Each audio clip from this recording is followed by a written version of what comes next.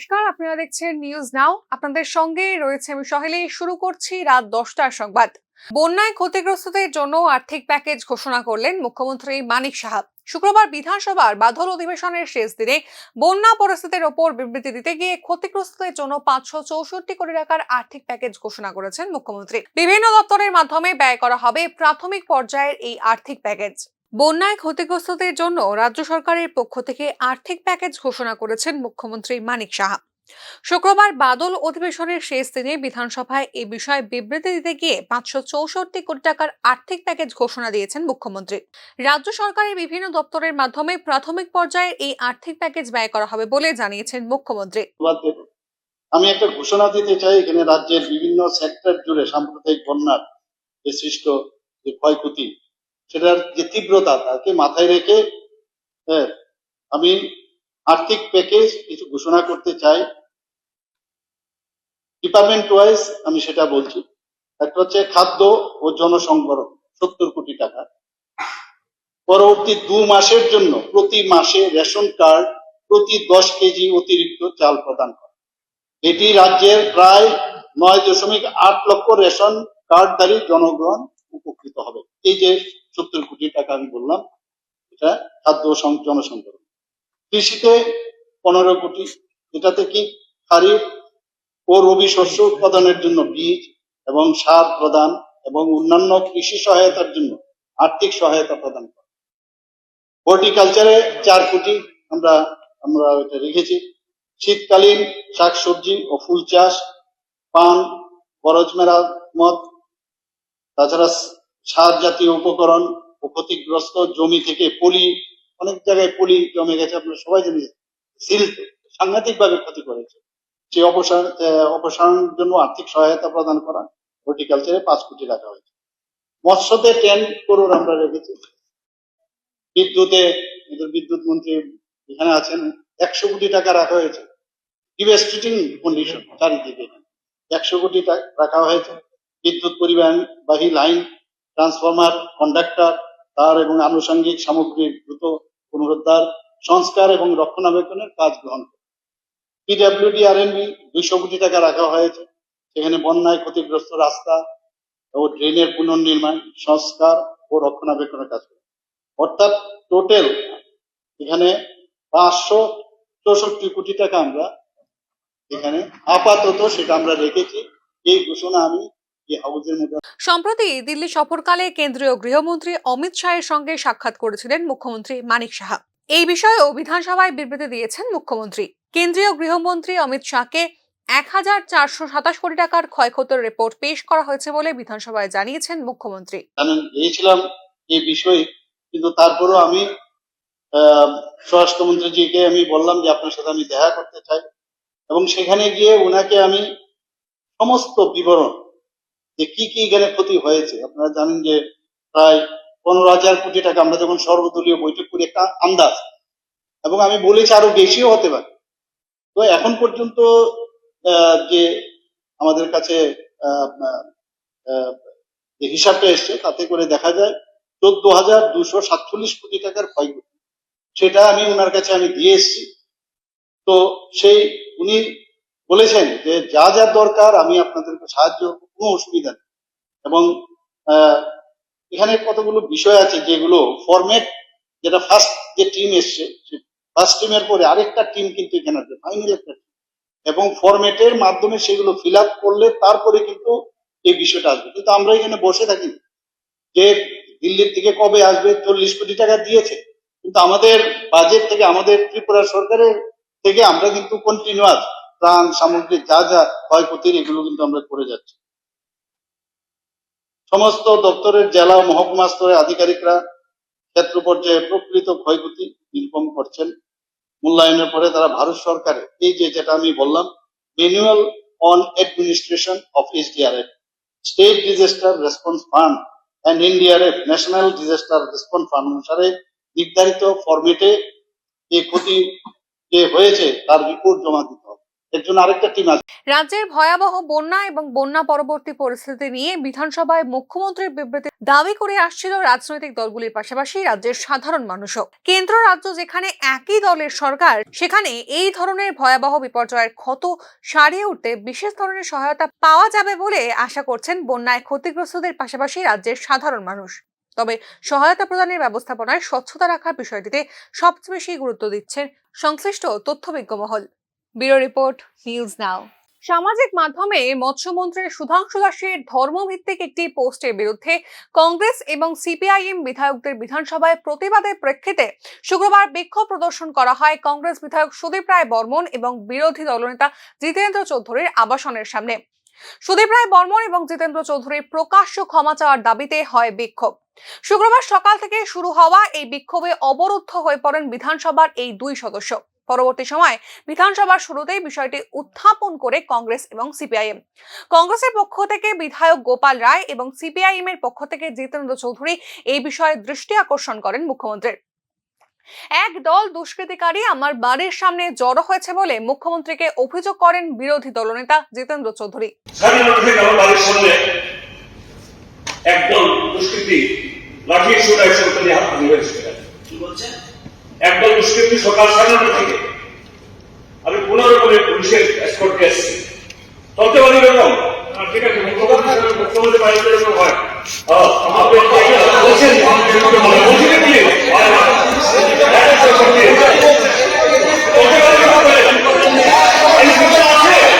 রাজ্যের বিভিন্ন সরকারি মহাবিদ্যালয়গুলিতে 612 জন অধ্যাপকের ঘাটতি রয়েছে বলে বিধানসভায় জানিয়েছেন মুখ্যমন্ত্রী মানিক সাহা। তবে এই ঘাটতিকে কমিয়ে আনার উদ্যোগ নেওয়া হয়েছে বলেও জানিয়েছেন তিনি।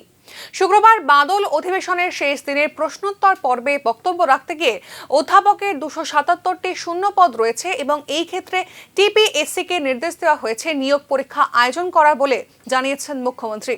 বন্যা পরবর্তী পরিস্থিতিতে যখন হাজারো মানুষ সাহায্য প্রার্থী হয়েছে, বিজেপি ও বিরোধীদের দিকে তাকিয়ে রয়েছেন, তখনই সমবেত প্রয়াসের পরিবর্তে মন্ত্রী সুধাংশু দাসের ফেসবুক পোস্ট নিয়ে শুরু হয়েছে শাসক ও বিরোধীদের দায়িত্ব জ্ঞানহীন বিক্ষোভ আর পাল্টা বিক্ষোভের নাচন কাঁদনের সস্তা রাজনীতির নাটক।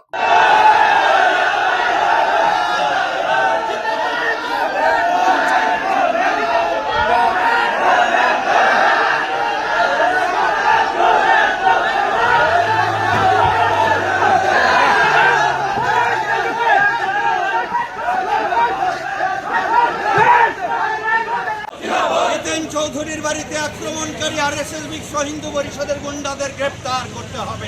অফিসার দপ্তর সামলাতেই মন্ত্রী সুধাংশু দাস যতটা দক্ষ, কঠিন সময় রাজনৈতিক প্রাজ্ঞতার দিক দিয়ে যে ততটাই আনাড়ি, তা মন্ত্রীর ফেসবুক পোস্ট দেখেই বিলকুল বুঝে গেছেন রাজ্যের সচেতন মানুষ। কিন্তু হায় রে, মানুষ বুঝলে কি হবে, নেতা মন্ত্রীরা কিছুতেই আর বুঝতে চাইছেন না যে এই সময় ফেসবুক পোস্ট নিয়ে রাজনীতি করার সময় নয়। এই সময় হলো হাজারো দুর্গত মানুষের পাশে দাঁড়ানোর সময়। তাদের এই কঠিন সময় তাদের দুর্বল কাঁধে সবল হাত রাখার সময়। কথা ছিল বন্যা নিয়ে বিধানসভা অধিবেশনে শাসক বিরোধী আলোচনায় বেরিয়ে আসবে মানুষের স্বার্থ রক্ষার আরো কার্যকরী সিদ্ধান্ত। কিন্তু হায়, হরি কোথায় কি?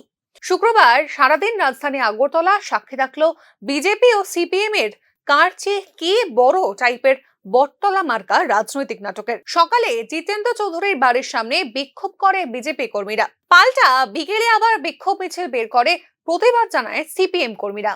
দেখুন, রাজ্যের দুঃসময়ে যখন বহির্রাজ্যের দ্বারা ব্যথিত হয়ে হৃদয় নিয়ে সাহায্যের হাত বাড়িয়ে দিয়েছেন, তখন মানুষ থেকে সরে গিয়ে বিজেপি ও বাম কংগ্রেসের পোস্টমুখী রাজনীতির হুতুম বটতলা গন্ধি ক্ষোভ বিক্ষোভের চিত্র। যে হিন্দু হিংস্র হয়, তখন কেন তারা প্রতিবাদ করেনি? আমরা সকালে বিজেপির লাফালাফি শেষ হতে না হতেই বিকেলে আবার শুরু সিপিএম এর লাফালাফি। রীতিমতো মিছিল করে শুরু করলো নাচন কাঁদন, সঙ্গে আবার অতিরিক্ত কর্মসূচি পশ্চিম থানার সামনে বিক্ষোভ। কই বন্যা, কই দুর্গত সাহায্য, সব গোল্লায় যাক। আগে গলায় শিনা ফুলিয়ে স্লোগান দিই, তবেই না আমি নেতা।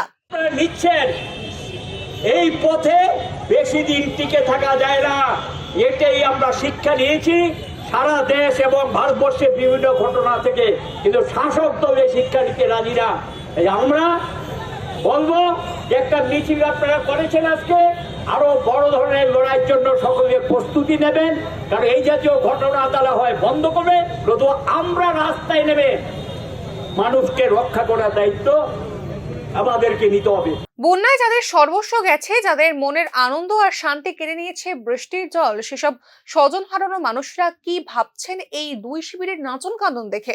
নিশ্চয়ই অনেকটা এমন বাবুরা ভিক্ষার দরকার নেই, আগে আপনারা স্লোগান বাজিটা অন্তত একটু বন্ধ করেন। আমরা খালি পেটে চাঁদ দেখতে দেখতে অন্তত একটু ঘুমাই।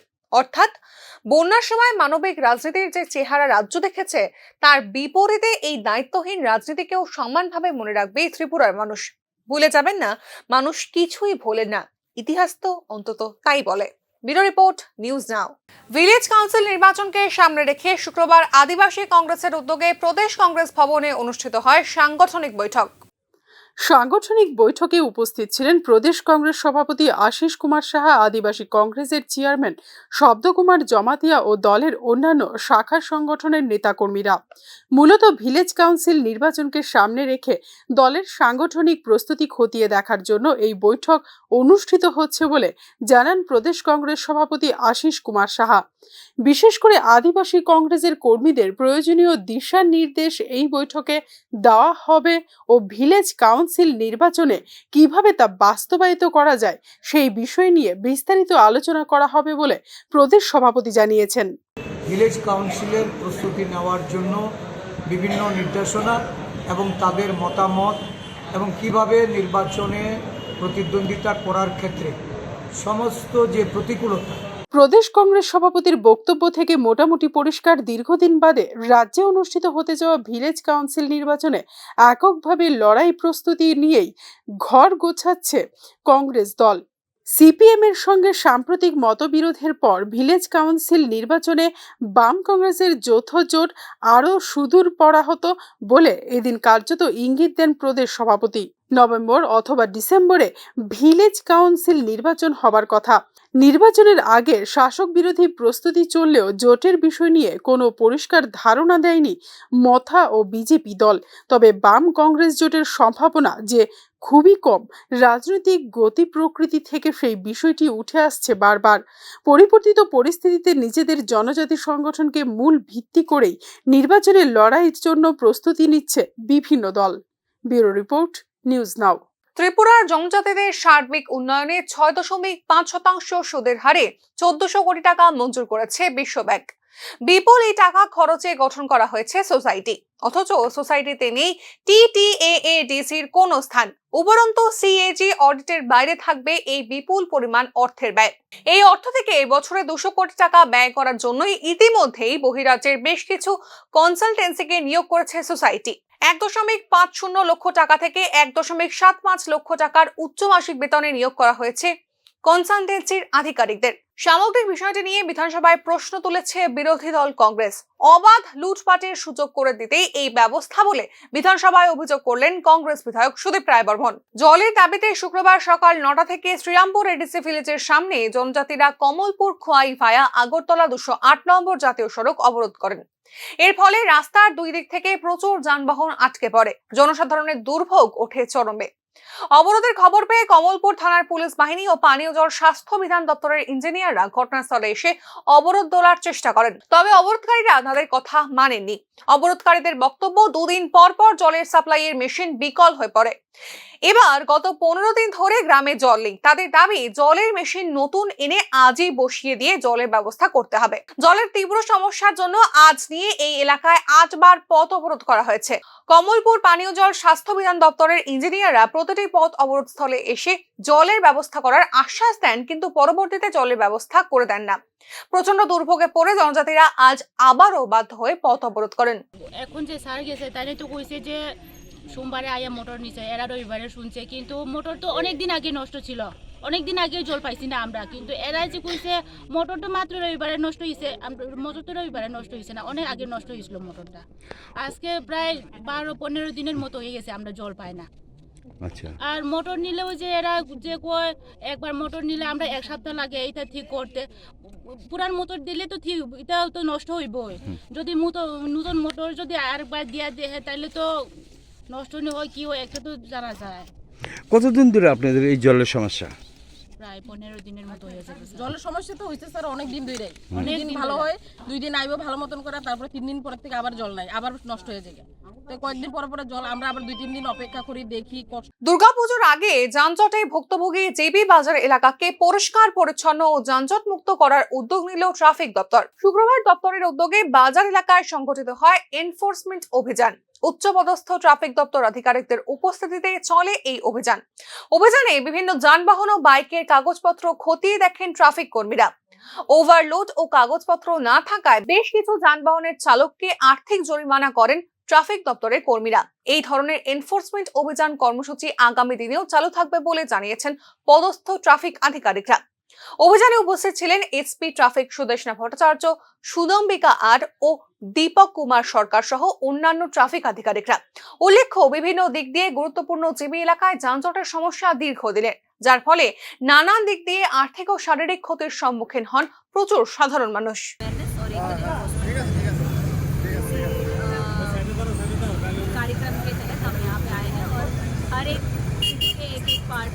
শনি গ্রহের বলয়ই তাকে আর অন্য গ্রহদের থেকে আলাদা করে। তবে এবার সেই বলয়ই হারিয়ে যেতে চলেছে। তবে কি চিরতরে হারিয়ে যাবে শনি গ্রহের নজর কাড়া বলয়?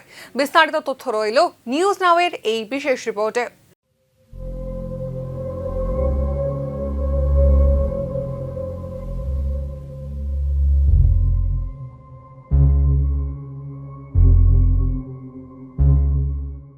সৌরমণ্ডলের অন্যতম এবং ষষ্ঠ গ্রহ হলো শনি। বৃহস্পতি যেমন তার বিশাল আকারের জন্য বিখ্যাত, মঙ্গল গ্রহ যেমন তার লালচে রঙের জন্য, তেমনি শনি গ্রহকেও সকলে চেনেন তার বলয়ের জন্য। ছোটবেলায় জেনারেল নলেজ পরীক্ষাতেও একাধিকবার এই প্রশ্নের উত্তর দিতে হয়েছে আমাদের সৌরজগতের কোন গ্রহের বলয় রয়েছে। সেই থেকেই শনির বলয়ের সঙ্গে পরিচিতি ঘটে শিশু মহলের। আর যারা মহাকাশ বিজ্ঞান নিয়ে কৌতূহলী তাদের জন্যও শনির বলয় অত্যন্ত গুরুত্বপূর্ণ একটি টপিক। তবে এবার শনির প্রধান পরিচয় তার বলয়টি হারিয়ে যেতে বসেছে। 2025 সালের নভেম্বর মাসের পর আর দেখা যাবে না শনি গ্রহের বলয়, যদিও তার আগেও কিছুটা সময় শনির বলয় থাকবে অদৃশ্য। এখানেই প্রশ্ন উঠছে, 2025 সালের নভেম্বর মাসে কি তবে চিরতরে হারিয়ে যাবে শনির নজর কাড়া বলয়? শনি গ্রহ তার কক্ষে ঘুরছে। কক্ষে ঘুরতে ঘুরতে এই বলয় আগামী বছরে এমন ভাবে হেলে যাবে যে অতি পাতলা এবং পরপর সাজানো স্তরে একটি বিশেষ কোণে অবস্থান করবে। পৃথিবী ও শনি গ্রহের মধ্যে যে কোণ তৈরি হবে তাতেই বলয়টি আর দেখতে পাওয়া যাবে না। এভাবে চলতে চলতে ফের শনি গ্রহের বলয় চোখে পড়তে শুরু করবে, তবে সেক্ষেত্রে কেটে যাবে বেশ কয়েকটি বছর। বিজ্ঞানীরা জানিয়েছেন 2032 সালে ফের শনি গ্রহের বলয় পরিষ্কার দেখা যাবে পৃথিবী থেকে। তবে তার মাঝে 2025 সাল থেকে 2032 সাল পর্যন্ত শনি গ্রহের চিত্তাকর্ষক বলয়টি থাকবে দৃশ্যহীন। এই হারানো অবশ্য চিরতরে নয়, তা যেমন তেমনই থাকবে, শুধু কক্ষে ঘোরার জন্য তা পৃথিবী থেকে নজরে পড়বে না মাত্র।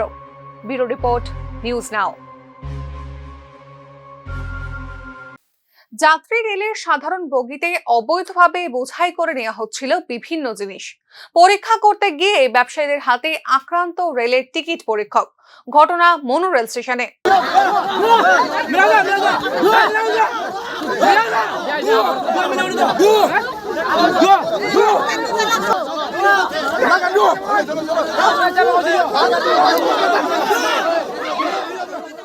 জানা গেছে, দীর্ঘদিন ধরেই রেলের নির্দিষ্ট নিয়ম কানুনের তোয়াক্কা না করে ধর্মনগর আগরতলাগামী যাত্রী রেলে বিভিন্ন সামগ্রী অবৈধভাবে নিয়ে যাচ্ছিল স্থানীয় কিছু ব্যবসায়ী। তাদের বিরুদ্ধে আইনি পদক্ষেপ করতে গেলে টিটির উপর হামলে পড়েন এই ব্যবসায়ীরা। মুহূর্তের মধ্যে তাকে ঘিরে ধরে চলতে থাকে টানা হেচড়া। রেলের কামরা থেকে এই টিটিকে কার্যত জোর করে স্টেশন চত্বরে নামিয়ে আনেন কিছু উপজাতি ব্যবসায়ী। ঘটনাকে কেন্দ্র করে মনু রেল স্টেশনে সৃষ্টি হয় ব্যাপক উত্তেজনা।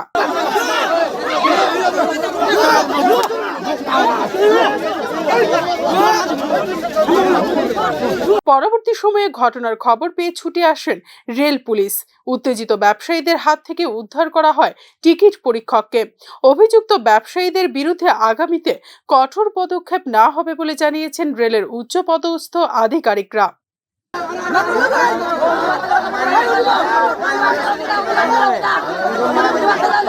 নির্দিষ্ট ভাড়া ফাঁকি দেবার জন্য প্রায় সময়ই অবৈধভাবে যাত্রী রেলে নিয়ে যাওয়া হয় বিভিন্ন সামগ্রী। সূত্রের খবর, এই অবৈধ ব্যবসা বাণিজ্য বন্ধ করার জন্য কড়া ভূমিকা নিতে চলেছে রেল দপ্তর। কুমারঘাট থেকে জনি ভট্টাচার্যের পাঠানো নিউজ নাও।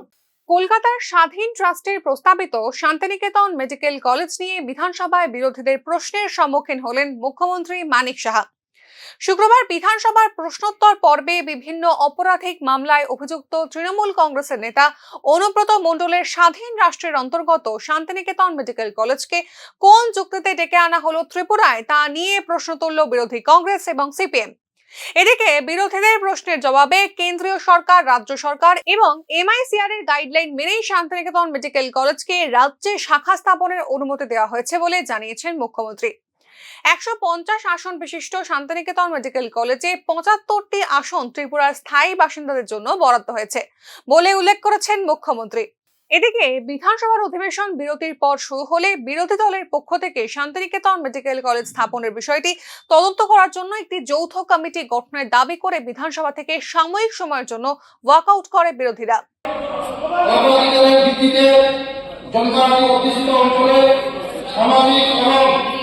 আর্থিক পরিকাঠামো সৃষ্টির মাধ্যমে রাজ্যের উন্নয়নের গতিকে ত্বরান্বিত করার লক্ষ্যে সার্বিক প্রচেষ্টা চালিয়ে যাচ্ছে। গত 28 মার্চ 2003 সালে রাজ্য সরকার বিজ্ঞপ্তি মোতাবেক TTAC হাতে নিম্নলিখিত মন্ত্রী দপ্তরের ক্ষমতা ও কার্যভার হস্তান্তর করা হয়। স্বাস্থ্য বিভাগ স্বাধীন ট্রাস্টের যে নিবন্ধন সম্পর্কিত সমস্ত নথি এবং ন্যাশনাল মেডিকেল কমিশনের মান অনুযায়ী একটি মেডিকেল কলেজ স্থাপনের যোগ্যতা যাচাই করেছে এবং আইন বিভাগের মতামতও সংগ্রহ করেছে। ন্যাশনাল মেডিকেল কমিশন 29 জুন 2024 তারিখে প্রস্তাবিত ত্রিপুরা শান্তিনিকেতন মেডিকেল কলেজ এবং শিক্ষণ হাসপাতালের সুবিধা ত্রিপুরা সরকার স্বাধীন ট্রাস্টের আবেদনের বিষয়টি পরবর্তী সময়ে ভারত সরকারের স্বাস্থ্য ও পরিবার কল্যাণ মন্ত্রণালয়ের নীতি অনুযায়ী বিবেচনা করে এবং ন্যাশনাল মেডিকেল কমিশন দ্বারা নির্ধারিত প্রয়োজনীয়তা শংসাপত্র অর্থাৎ এসেন্সিত হয়। তো আই থিঙ্ক যদি ওদের হসপিটাল শুরু হয়ে যায় প্রথম থেকে আরও নিচের দিকে যে আপনার যে বায়োকেমিস্ট্রি হলো, প্যাথোলজি হলো, সেগুলো তারা ব্যবহার করবে। স্বাধীন ট্রাস্টকে পরীক্ষার হল, অতিরিক্ত শয্যা এবং প্রয়োজনীয় যে কোনো খরচ তাদের বহন করতে হবে। যদি ওখানে হল বানাতে হয় পড়াশোনার জন্য, ওরা LOP পেয়েছে, লেটার অফ পারমিশন, তার 50% ত্রিপুরার যারা স্টুডেন্ট আছে তাদের দিতে হবে। অর্থাৎ যেহেতু 175টি আসন ত্রিপুরা রাজ্যের স্থায়ী বাসিন্দাদের জন্য সংরক্ষিত, যা রোগীদের যেটা আগে বাইরে রেফার করা হতো তার কিন্তু অনেকটা আস্তে আস্তে করে অনেকটা কমে যাচ্ছে। এবং এই ধরনের মনু নদীর ওপর নির্মিত ফুটব্রিজ ভেসে গিয়েছে সাম্প্রতিক বন্যায়। যোগাযোগের একমাত্র ব্রিজটি নষ্ট হবার ফলে ঝুঁকিপূর্ণ ব্রিজের ওপর দিয়েই যাতায়াত করছেন এলাকাবাসীরা। সাবরুম আগরতলা জাতীয় সড়কের পাশ দিয়ে বয়ে চলা মনু নদীর ওপর নির্মিত এই ফুটব্রিজটি দিয়ে যাতায়াত করতেন স্থানীয় এলাকার হাজারো মানুষ। কিন্তু সাম্প্রতিক বন্যায় ব্যাপকভাবে ক্ষতিগ্রস্ত হয় এই ব্রিজটি। জলের তোড়ে ভেসে যায় জরাজীর্ণ ফুটব্রিজ, যার ফলে সাবরুমের হরিণা বাজারের সঙ্গে প্রায় বন্ধ হয়ে যায় চালিতাছড়ি এলাকার যোগাযোগ। বর্তমানে জীবন ধারণের দৈনন্দিন তাগিদের কারণে ভেঙে পড়া ব্রিজের পাশে নির্মিত আরেকটি অর্ধসমাপ্ত ব্রিজের ওপর দিয়ে জীবনের ঝুঁকি নিয়ে চলাচল করছেন স্থানীয় মানুষজন ও স্কুল কলেজের ছাত্রছাত্রীরা। তাতে সময় যেমন বেশি লাগছে, তেমনি ব্রিজের জরাজীর্ণ দশার কারণে যে কোনো সময় দুর্ঘটনা ঘটতে পারে বলে আশঙ্কা প্রকাশ করছেন ভুক্তভোগী স্থানীয় জনগণ। তাদের দাবি, আপাতত লোহার নির্মীয়মান ব্রিজটির ওপর দিয়ে চলাচলের জন্য সাময়িকভাবে কোনো একটা নিরাপদ ব্যবস্থা করে দিক স্থানীয় প্রশাসন, যাতে কোনো দুর্ঘটনা থেকে রক্ষা পায় মানুষজন। ডেইলি তো হইতেছে অনবরত, আমরা না আচ্ছা 2-1 দিন ছাত্ররা তো ডেইলি রেগুলার যাইতেছে, তারা তো আরো কষ্ট হইতেছে। অনেক সময় পুরোপুরি মানে মেরামত হয়েছি না, আর অর্ধেক হয়েছে, আর অর্ধেক লাগবে। তো নিচে তো জল যাইতেছে প্রচুর, তো তোমরা কিভাবে আপ ডাউন করো? এটা তো ব্রিজটা হয়েছে না। একই একই দাবি জানিয়েছে এলাকার কচি কাঁচা জনজাতি ছাত্রছাত্রীরাও। স্থানীয় মানুষের মূল দাবি, ভেসে যাওয়া ব্রিজটি যদি প্রশাসন পুনরায় নির্মাণ করে দেয় তবেই নিত্যদিনের জীবন যন্ত্রণা থেকে রেহাই পাবে চালিতাছড়ির মানুষজন। সাবরুম থেকে পার্থী চক্রবর্তীর report, news now. Mid day মিলের খাবার জলে কীটনাশক মেশানোর অভিযোগে গ্রেপ্তার করা হলো এক মহিলাকে। মহিলার নাম শুক্লা মালাক, বাড়ি কলাছড়া এলাকায়। এই মহিলার বিরুদ্ধে অভিযোগ করা হয়েছে তিনি মিড ডে মিলের খাবারের জলে কীটনাশক মিশিয়ে দেন। পরবর্তী সময় স্কুল কমিটির সদস্যরা এই বিষয়টি জানতে পেরে পুলিশে খবর দেন। খবর পেয়ে ঘটনাস্থলে এসে গার্জি ফাঁড়ির পুলিশ এই মহিলাকে আটক করেন। তবে কি বা কোন কারণে এই মহিলা এই কাজ করেছেন তা এখনো জানা যায়নি। আমাদের স্কুলের নাম আগে করি না, Gangachara you Sadarpara high school. আমাদের প্রথম রান্নার যথারীতি যে টাইমে রান্নাবান্না হয় এই সময় রান্নাবান্না আরম্ভ হয়েছে। এমন সময় এক আমাদের কুক আছে, রান্না করতে চাল জাগতে আসে আর হাড়ির মধ্যে চাল জলটা গরম হচ্ছে। এমন টাইমেই এক অপরিচিত একজন মহিলা একটা ব্যাগের মধ্যে কীটনাশক একটা ওষুধ দিচ্ছে। দেওয়ার পর আমার বুঝতেছে ব্যাগের মধ্যে কী জানি একটা দিছে কীটনাশক ওষুধ, তো আমরা বুঝতে পারছি না, পরে গিয়া বুঝছি। আমার ইয়া হচ্ছে স্যার এটা কি জানি দিছে ওষুধ নাকি দিছে, আপনি দেখতে যান। যাই দেখলাম, দেখতে দিয়ে সাদা হইয়া দিছে, ব্যাগে জলটা সাদা হইয়া দিছে, ওষুধের গন্ধ বাড়িতে আছে।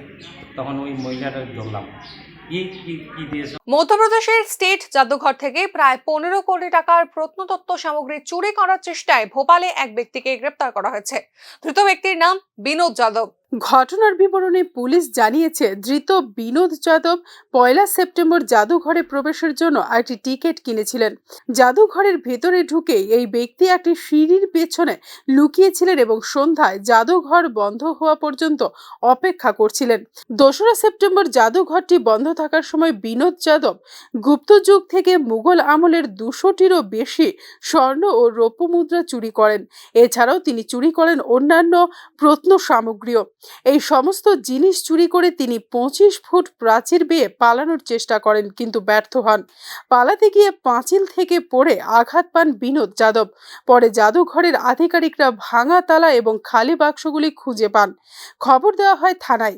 পুলিশ জাদুঘরে পৌঁছে অনুসন্ধান অভিযান চালায়। তখনই অভিযুক্তকে জাদুঘরের দেওয়ালের কাছে আহত অবস্থায় পড়ে থাকতে দেখে তাকে গ্রেপ্তার করেন। ধৃতের কাছ থেকে একটি ব্যাগ উদ্ধার করা হয়েছে। এই ব্যাগে গুপ্ত যুগ থেকে মুঘল আমলের 98টি স্বর্ণ ও ধাতব মুদ্রা, বিভিন্ন আকারের 75টি রৌপ্য মুদ্রা, 38টি তামার মুদ্রা, একটি স্বর্ণ পদক এবং 12টি মিশ্র ধাতুর পদক ছিল, যার আনুমানিক বাজার মূল্য ছিল 15 কোটি টাকা। ধৃত ব্যক্তি জানিয়েছে, সে একজন ক্ষুদ্র চাষি, জাদুঘরে ঘুরতে এসেছিল সে। পরে এত প্রত্নতাত্ত্বিক জিনিস দেখে সে চুরির মতলব করে।